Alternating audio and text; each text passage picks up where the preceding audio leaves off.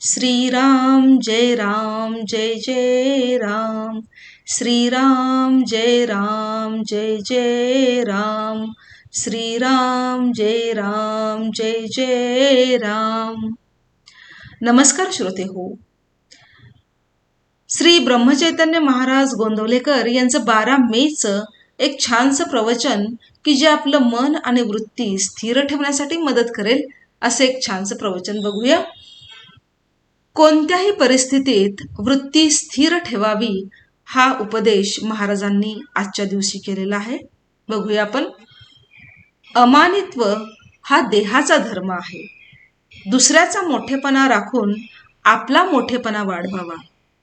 दंभ हा मनाचा धर्म आहे, तो दुसऱ्याला फसविण्याकरता नसावा।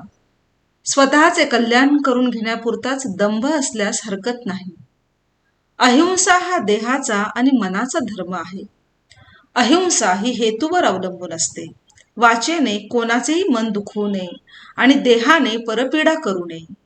दुसऱ्यांचे दोष सांगणे हे हीनपणाचे लक्षण आहे। लौकिकातला मोठेपणा एका जन्माचा घात करतो, पण दंभ आणि हिंसा अनेक जन्मांचा घात करतात।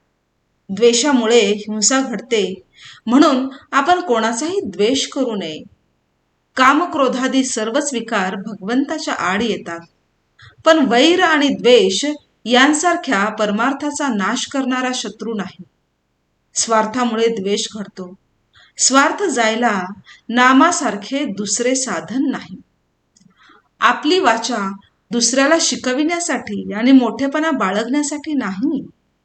वाचेने म्हणजे जिभेने बोलता येते आणि खाता येते। नेहमी सत्य आणि गोड बोलावे आणि खाण्याच्या बाबतीत जीभ आपल्या ताब्यात ठेवावी। स्वतःची चित्तशुद्धी करून घेऊन संतांचे गुण आपल्या आचरणात आणण्याचा प्रयत्न करावा। अभिमानाचे विष जिथे येते तिथे नामाची आठवण ठेवावी। हिरण्यकश्यपूच्या ठिकाणी देखील भगवंत नव्हता असे नाही, पण कुंपण फार वाढल्याने शेत दिसेनासे व्हावे तसे हिरण्यकश्यपूचे झाले। स्वतःच्या ठिकाणी भगवंत आहे हे हिरण्यकश्यपू अभिमानामुळे विसरला, त्यामुळे भगवंताला खांबात दिसावे लागले। अभिमान जरुरीपुरताच ठेवावा। मी रामाचा आहे असा अभिमान धरावा, नामाची कास धरावी। नारायणाचे दर्शन व्हावे असे नाही प्रल्हाद म्हणाला, नाम सोडणार नाही असे म्हणाला। लहानपणाची वृत्ती चांगली असते। लहानपणात चूक काहीच नाही आणि सगळा फायदाच असतो।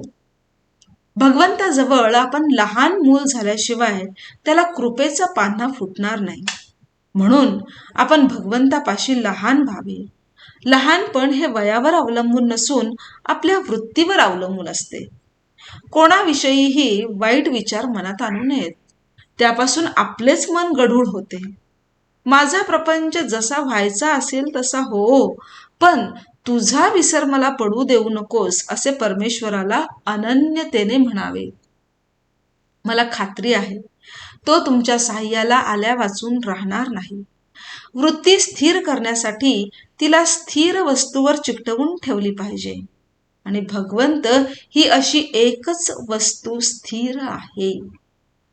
श्रीराम जय राम जय जय राम। श्रीराम जय राम जय जय राम। श्रीराम जय राम जय जय राम। श्रोते हो, जीवन चैतन्य या चॅनलवरती आपण जर नवीन असाल तर चॅनलला सबस्क्राईब करा, बेल आयकन हिट करा, म्हणजे तुम्हाला नवनवीन कॉन्टेंट, नवनवीन प्रवचनं ऐकायला लवकरात लवकर मिळतील। धन्यवाद।